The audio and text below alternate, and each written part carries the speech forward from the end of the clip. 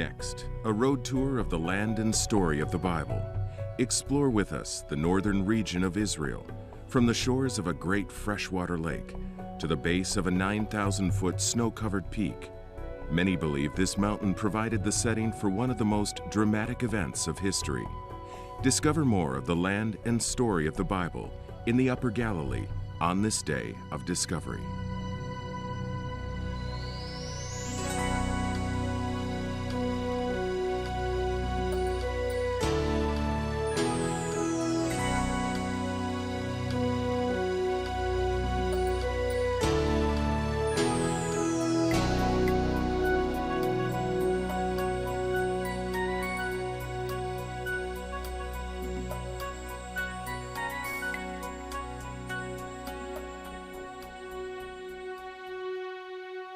This is the land of the Bible.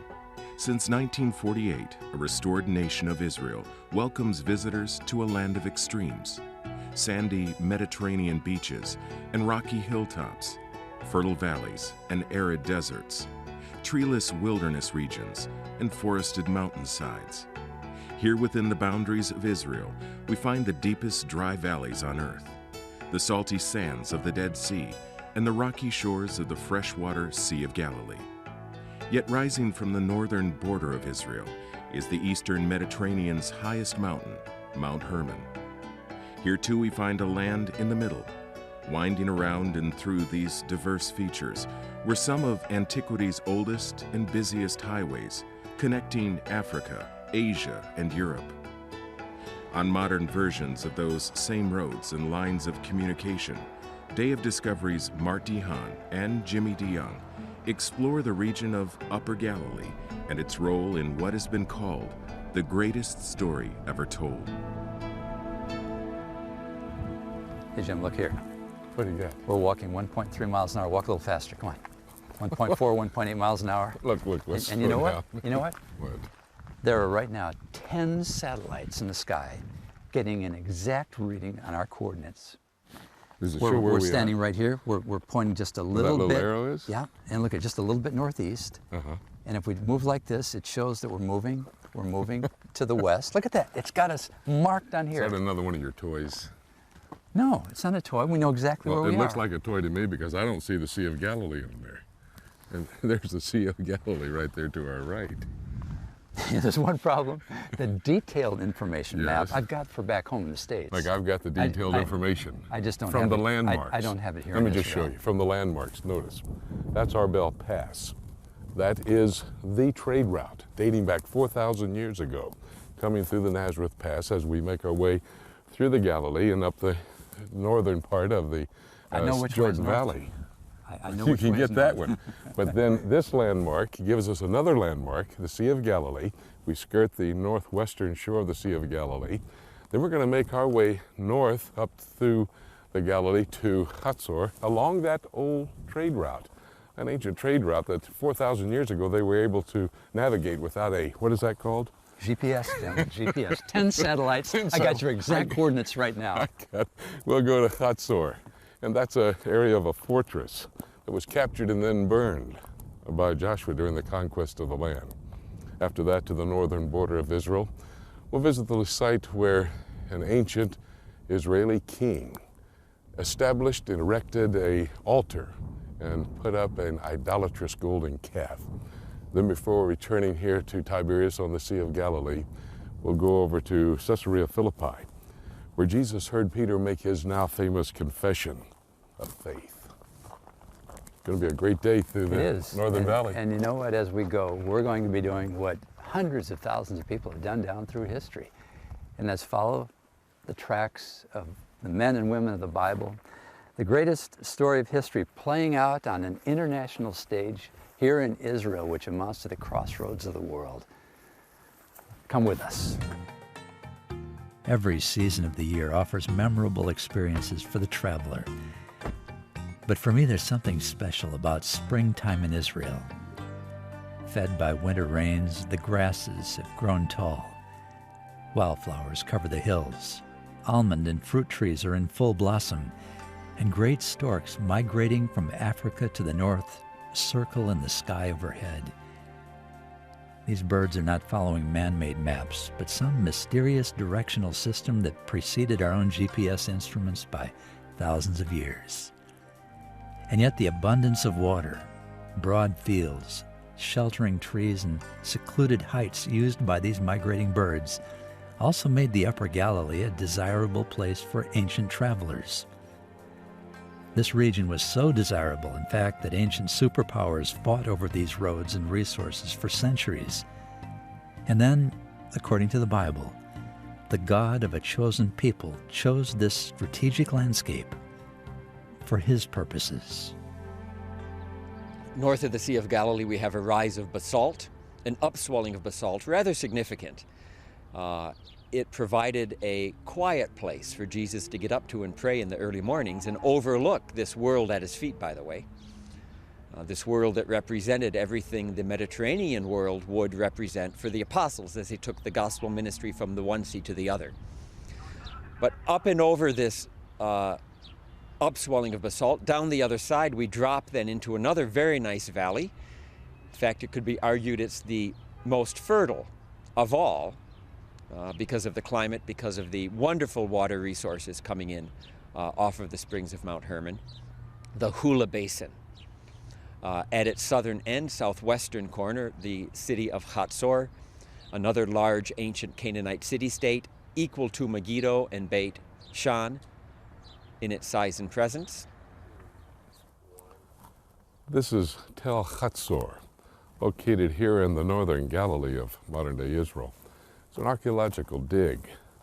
A tell is a mound upon which civilizations are built. In fact, one of the layers here at Tel Hatzor, they found evidence of that civilization and the city at that time being burned. That go along with the biblical record that tells us Joshua captured this Canaanite stronghold and then burned the city. 500 years later, King Solomon selected Hatzor as one of his 3 chariot cities, Gezer, Megiddo, and here at Hatzor. He selected this particular location because it was here that the pass narrowed, and Hatzor, located atop this mountain peak, could guard the international trade route that's been there for 4,000 years, collecting taxes and duty. But also, it was very strategic to stopping any invading army from the north that would attack the Israelites. Tel Hatzor, here in the Galilee. Even Hatzor is referred to in the Bible as the head of all those kingdoms in the time of Joshua. From there, one can continue north if they wish into Lebanon, or they can go northeast across the Golan Heights towards Damascus. And indeed, this was one route that many would take that were on their way to Mesopotamia, because the quickest way would be to go across the Golan Heights to Damascus and then on to Mesopotamia. When I wander the ruins of a city like this, I'm reminded that, according to the Hebrew Scriptures, the God of the people of Israel was using the descendants of Abraham to secure this land for himself. From the history of Moses to the predictions of Jewish prophets, the Scriptures point to a God intent on revealing his purposes and promises, not just to Israel, but to the whole world. One of the things that's interesting at an ancient site like this is that the ground is literally littered with shards, fragments of pottery, ancient pieces of life that are now broken and cast aside. Anybody could find those shards, those fragments at a site like this. It's interesting, if you look at them, think about, here's a piece with a rim. You can see the rim, an ancient, probably bowl, some kind of pottery. And I found these 2 pieces actually fit together. Got the line of the edge here, and with a little imagination, there's even some script here. Either a script or a gouge. But in some ways, pieces of pottery, shards, remind us that there once was a whole. There was a whole thing that has now been lost. That's a lot like the events that we've been talking about, that Jim has summarized. Fragments, pieces of people's lives that are part of individual stories that together form the big picture. That's the great thing about the Bible. It gives us history that allows us to look at the fragments of our life and then helps us to put it together, to see the big picture of what we're all looking for. We're all looking for significance, we're looking for security, looking for satisfaction. Significance comes from why we're here. Where did we come from? Security, the people here at Hatzor, people living in ancient Israel, all the time concerned about how to protect themselves and provide for themselves in the face of enemies. It's no different for us today. People living with limited resources, people with lives that are fragmented by trouble, and all needing to see the big picture, the grand scope of history that gives us a sense of significance and security, shows us where to find satisfaction. This region of Upper Galilee is part of the land and story of the Bible. From Abraham to the disciples of Jesus, men and women of the Old and New Testaments experienced the same annual cycles of nature that visitors to the land now experience.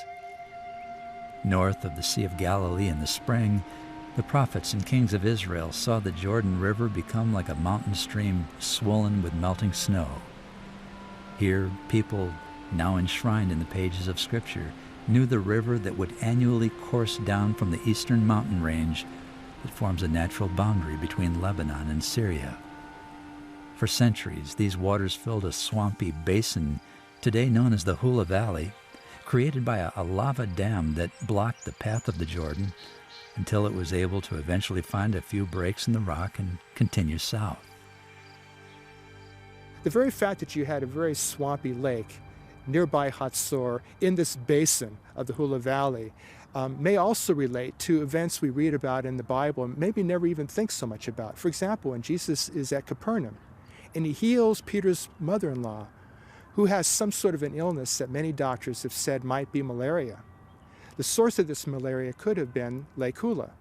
As one would walk north along the upper Hula Valley, the upper Jordan Valley, past Hatzor, one would certainly be impressed by the rise of Upper Galilee to the west, where the elevations are all 3,000 feet and higher.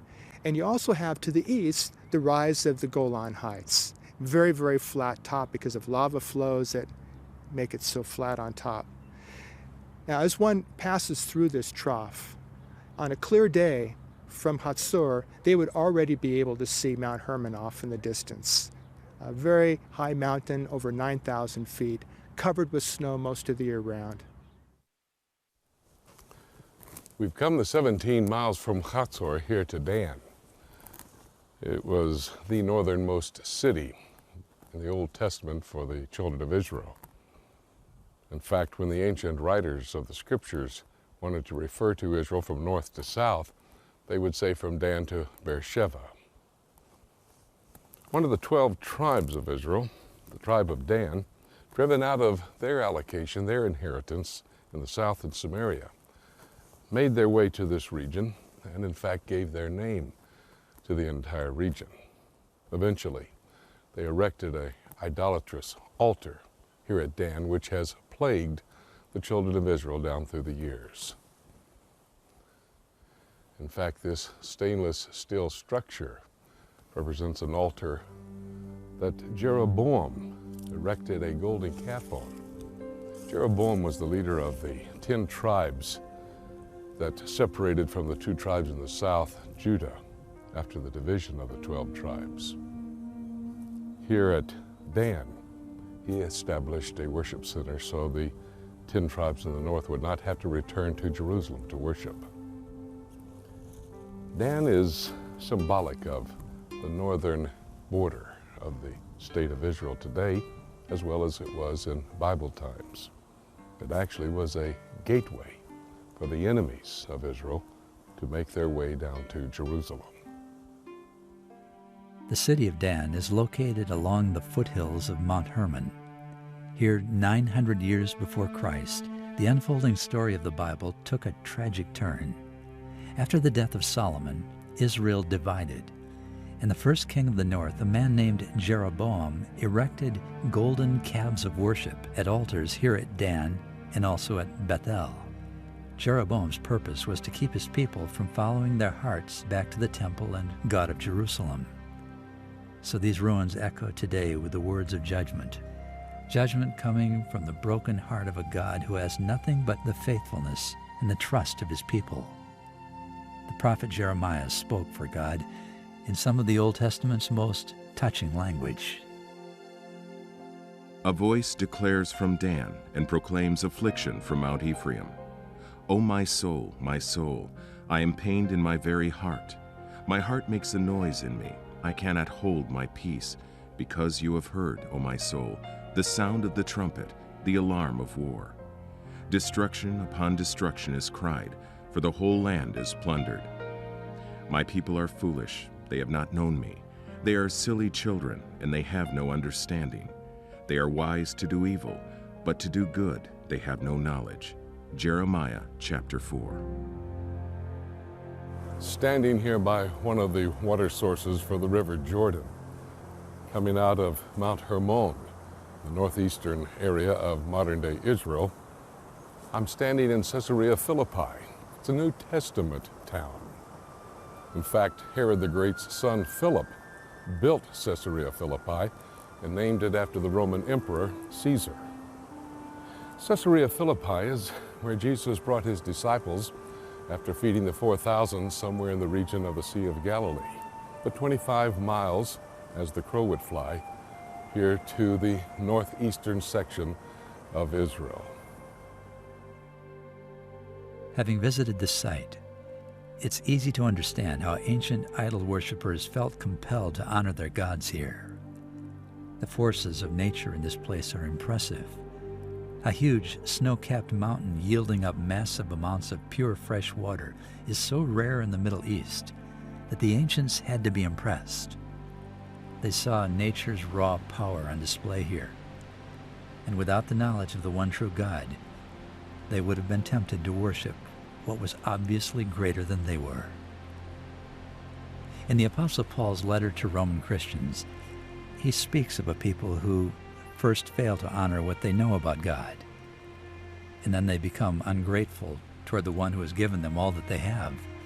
Eventually, they become so blind that they even fail to see their own Creator and begin to worship the creation itself, making little gods of material things, and then foolishly honoring them as deities. And it was somewhere near here, this idolatrous region of Caesarea Philippi, where Jesus tested his disciples' understanding of the one true God and of his promised Messiah. When Jesus asked his disciples, "Who do men say that I am?" the now famous statement was made by the Apostle Peter, "Thou art the Christ, the Son of God, the Messiah." It was soon after that Jesus told his disciples about the church of the future. And then he also told them that he would have to go to Jerusalem to suffer. He would die, be buried, but he would resurrect. 6 days after that, here in this same region, in the foothills of Mount Hermon, he would take the inner circle, Peter, James, and John, up onto Mount Hermon, and the transfiguration would take place, all in this region of Caesarea Philippi in the northern Galilee. Now after 6 days, Jesus took Peter, James, and John his brother, led them up on a high mountain by themselves, and he was transfigured before them. His face shone like the sun, and his clothes became as white as the light. A bright cloud overshadowed them, and suddenly a voice came out of the cloud saying, "This is my beloved Son, in whom I am well pleased. Hear him." Matthew chapter 17. I find the thought compelling. Here at the foot of this mountain, worshipers bowing down before man-made statues, lifting them up and erecting them in niches of the rock, and somewhere above, probably here on the slopes of Mount Hermon, 3 of Jesus' disciples witnessing an event that they would never forget. This has to be one of the most interesting places in all of Israel, with the waters rushing off of Mount Hermon, the cold, clear spring waters, and behind me this impressive, enormous rock face. I'm sure that everyone who visits here is impressed with the sounds and the enormity of this rock. And yet if we were to back off a few miles and put it all in perspective, realize that behind this rock is the whole Mount Hermon mountain range. You can't see it from here, but it's there. And I think in some ways that's what Peter's confession was like. In the big picture, in this unfolding drama of history, it's happening right here in this region. The light breaks through. Jesus asks his men this enormous question that really all of us have to consider. Who was he? Who was this man? Peter says, "You're the Messiah, the Son of the living God." And Jesus responds, "Flesh and blood didn't reveal this to you, but my Father who is in heaven." We hear those words, we know they're significant, because Christ's own response and his explanation, we sense, is significant. But behind it are even greater events. The unfolding drama is about to move to Jerusalem with the climax of the most important event of history yet to come. And that climax of the greatest story ever told was the death and resurrection of Jesus, events which together formed evidence of the mercy and love of God that enabled the disciples of Jesus to bring his offer of salvation and forgiveness even to the very people who once worshipped their idols here.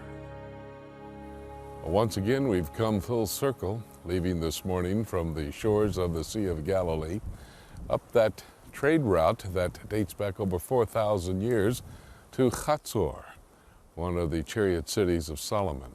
Then over to Dan, the location where Jeroboam, the leader of the 10 tribes known as Israel, after they had divided from the 2 southern tribes, established an idolatrous worship center. Over to Caesarea Philippi, and the very famous statement by Peter, his confession of faith, "Thou art the Christ, the Son of the living God." Now back here to the shores of the Sea of Galilee. A day of traveling through history, traveling through biblical history, and once again returning to our starting point from this morning. Hey Jim, I got us. You got us. Yeah, I got us again. Look at here. You're not bringing that gadget. Yeah, look out at of this. here. Look at this. Look. I got north. All the landmarks led us where we went today. Every single one. Forget that satellite. 10 satellites, huh? But let me tell you something. There is something about a global positioning satellite that is important. If you're lost, and you have one, and it's working, it does allow you to orient yourself. It helps you to find out where's north and where are you in relation to the right direction. And I think in many ways that's what happened up at Caesarea Philippi is all about. If the rabbi from Nazareth, when he said to Peter, "Flesh and blood has not revealed this to you, but my Father who's in heaven," if he was representing the Father and telling the truth, and if Peter was right when he said, "Others are calling you Elijah back from the dead, Jeremiah back from the dead, or one of the prophets, but I can see that you are the Messiah, the Son of the living God." If he was right, and I'll tell you what that does for me. It helps to orient me. If I know that Jesus represents God, if I know that he speaks in behalf of the Creator, then that tells me that every way in which I move in his direction, that makes sense. That's bringing things together. If I move away from him, then I'm going to run into the same kind of problems that we saw play out over and over again in the story of the Old Testament, at Hatzor, at the different locations we've been. It all comes together. If you can orient yourself, if you know where you are, you know where you've come from, you know where you're going, you know where you are presently, then you can begin to put together where you are in relation to the big picture.